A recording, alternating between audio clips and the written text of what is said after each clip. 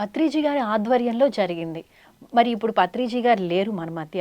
అయినా కూడా ఇంత గొప్పగా జరుగుతుంది. దీని వెనుక ట్రస్టీలుగా మీ బాధ్యత ఎంత ఎక్కువ ఉందండి?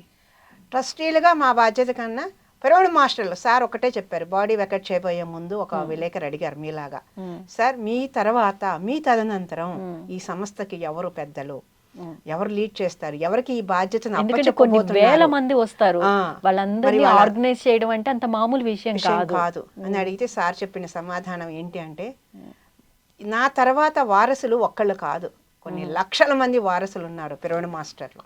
ప్రతి పిరమిడ్ మాస్టర్ నా వారసులే అని చెప్పారు.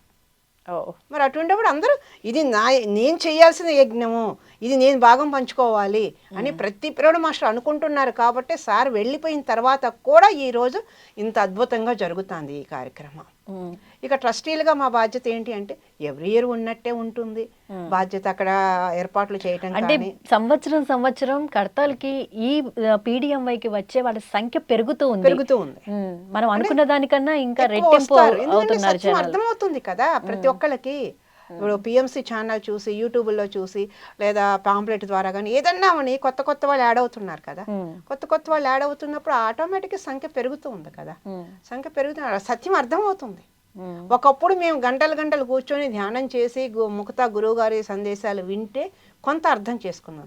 ఇప్పుడు వచ్చే మాస్టర్ లేటుగా వచ్చిన లేటెస్ట్ మాస్టర్లని వాళ్ళు చక్కగా ఒక వీడియో చూసో లేదా ఒక అనుభవం వినో చక్కగా ధ్యానం చేసేస్తున్నారు, బోల్డ్ అనుభవాలు పొందుతున్నారు.